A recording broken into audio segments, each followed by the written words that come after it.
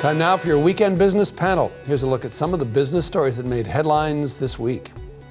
A bleak global economic outlook. The International Monetary Fund says this year the world economy will suffer its worst year since the Great Depression in the 1930s. Additional help for Canadian businesses. The federal government is expanding the emergency loan program to allow more businesses to qualify.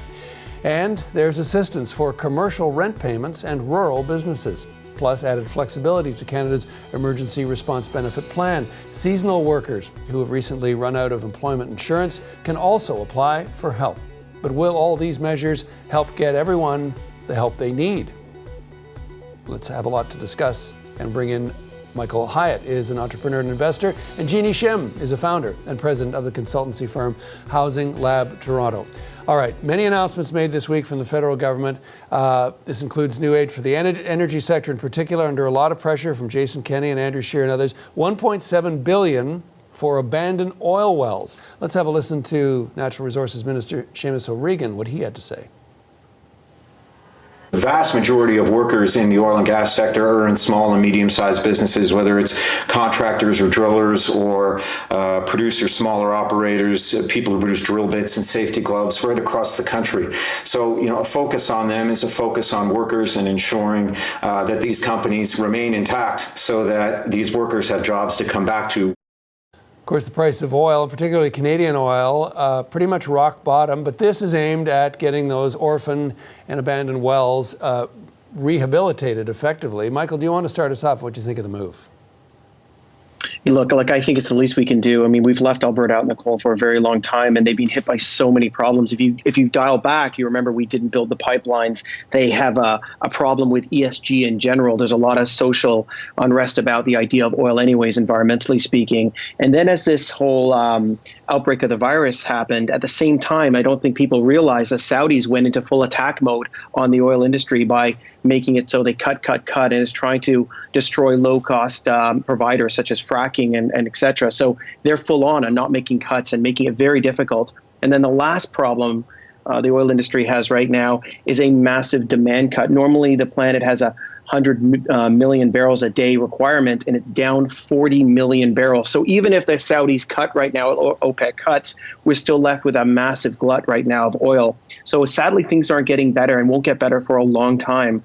I suggest that we probably have to do a lot more for Alberta, and we probably have to do a lot more in helping them do other things, not just oil, but transforming them to a more digital economy in general. Jeannie, though, a message being sent there saying this is for orphan wells rather than, say, pipelines or exploration or something else? I think this is just the first step. I think the government, in the first days of the crisis, it was about putting money into people's hands so they can make rent and pay for groceries and everything. Then they moved to giving money to businesses to support them, to keep workers on payroll and or to keep them working. And this makes sense. It's the third step. Now the government is using its huge power to invest in infrastructure projects. The Ministry of Infrastructure came out and said they wanted shovel-ready projects. So, they're looking for the low-hanging fruit. This is a problem that needs to be done and dovetails with the government's goal for, environmental sustainability. So, they're killing many birds with one stone and they're creating jobs. And I think this is one of many big infrastructure and big project announcements we're going to see, perhaps pipelines as well. Okay, perhaps pipelines, but Michael, for now, as Jeannie says, there does seem to be a message being sent there around sustainability and cleaning up some of the mistakes of the past before moving ahead with potentially either other funding or other projects. Yeah, there's no easy way out of this. The biggest problem they have is a demand problem. When are the airlines going to get up to full capacity? When are we going to drive around a lot more? When are we really going to need the oil and gas as much as we used to? That's the problem. There's a massive demand issue. The world will open up, but it's going to open up slowly. We're not going to do the crowded things we used to do. We're not going to travel as much. And I think it's going to be very hard for a long time. I think this is going to be an ongoing thing. I think we owe Alberta a tremendous amount of support at a federal level. Okay, let's talk about some of the other changes that were unveiled this week in terms of the CERB, in terms of helping small businesses, the definition of businesses eligible effectively expanded. Jeannie, let's talk about, as we know, small businesses in this country, very tight margin, very high failure rate, even at the best of times. Is this enough, and what more do you think businesses need going forward? Well, when they first came out with the program, they tried to, broaden the reach as much as possible, and now they're tweaking as they're finding out about the people falling through the cracks. My mother runs a small restaurant in an industrial park, and she unfortunately doesn't qualify for any of the programs right now, even though they keep expanding them. But it's a good thing. They're trying to, broaden the tent and include more and more people under the programs. The big concern here, though, is especially with the small businesses, is it's not about giving, there's no rent relief. It's about, kicking the debt down the road or forcing these businesses to take on debt. And to your point, the margins are already quite thin. So even if they, quote unquote, survive the pandemic, when they're saddled with all this debt, the question will be how long will they survive afterwards? Michael, anyone who owns a small business knows exactly how precarious it can be, even at the best of times. What's your take? And is it enough, or will it ever be enough under the current circumstances? Yeah, right now the governments are doing the right things by putting as much money into Main Street as they can. A lot of people are watching the stock market right now thinking the world is coming back. The Wall Street and Bay Street have nothing to do with Main Street. They're completely disconnected. And Main Street has a lot more to do with small businesses. The stock market is mainly for big businesses. And I'll remind you that Canada's economy is 75% small business. So we've 1.1 million small businesses across this nation. That's people with a company under 100 people. And it's not like if we fund them right now, it's simply a Band-Aid, and a Band-Aid that they need, but we're going to have to open up the economy, and there's going to be this great divide, and the divide is going to look like this.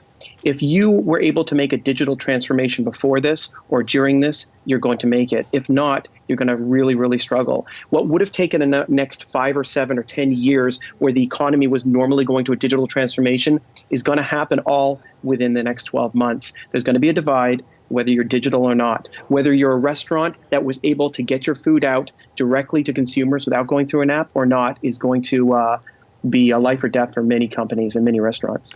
Some other sector that got some money this week was the arts sector, often forgotten in the big picture, but a significant portion employing anywhere from 3, 4, 5, 6% of Canadians right across this country getting $500 million. But we do want to look at the big picture in this. We've heard from the IMF this week. We've heard from the Conference Board of Canada.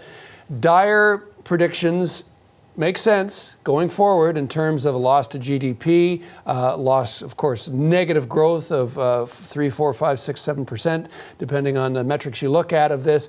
But then the talk of 2021 and talk of almost unprecedented growth coming back. We've heard the Deputy Prime Minister talk about Canadian economy poised to come roaring back. Jeannie, what do you think of the predictions that are out there in terms of if they find a vaccine, a lot of what ifs, but optimism in the long run?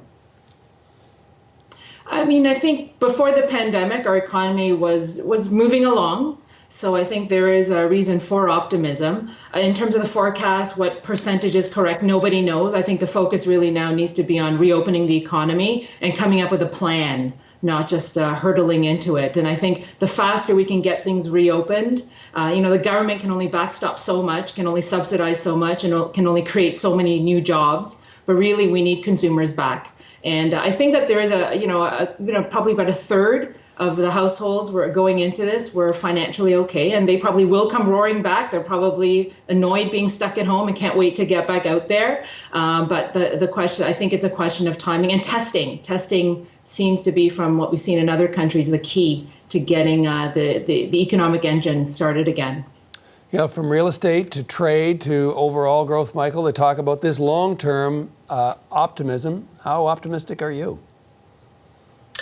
Well, look, I mean, the GDP right now is so negative this quarter that Wall Street and Bay Street has just discounted and pushed everything into next year. Look, I mean, what we're seeing around the world is the great divide between effective and ineffective governments. There's been governments that have really brought it together or not. It's the first time people have never cared about left or right. What people care about is, has my government been effective to get us through this? I'm optimistic that we're going to make it through.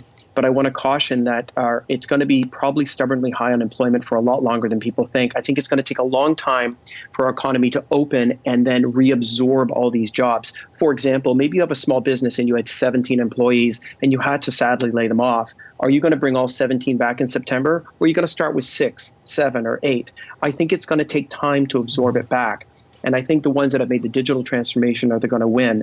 I think this is going to go longer and harder. For example, the United Airlines and Delta are estimating that they're going to get back to full capacity in the year 2023. So it's going to take some time to really pull back the slack. I'm really actually quite worried that the U.S. may open a little too quick. And if it gets instructive, we go back to 1918 and the last Spanish flu pandemic, and we found out they opened also too early, and they created another wave very quickly. So I hope we do stay shut for a little longer to get through this so we can open up and we can absorb these jobs faster.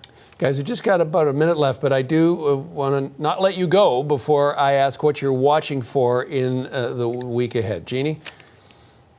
I'm going to watch in the short term we have May rent coming up soon. So it'll be interesting to see what if people are able to pay it. I know in April, about 85% of residential rents were collected across the country based on surveys, about 70% of commercial rents. Again, these are averages across the country. So I'm going to watch to see what happens in May. Last word to you, Michael. It's very hard to track increased cases or what you're seeing in the hospitals. If you track the death rates, it's actually a number you can track. Hopefully that's flattening and starting to come down. I'm watching that very, very carefully, and I'm watching how economies have opened in China and other places. It's a slow malaise coming back, but hopefully the next 2-3 weeks are going to be really, really critical, whether we really pass this or not. We've seen some flattening, but we still have a ways to go.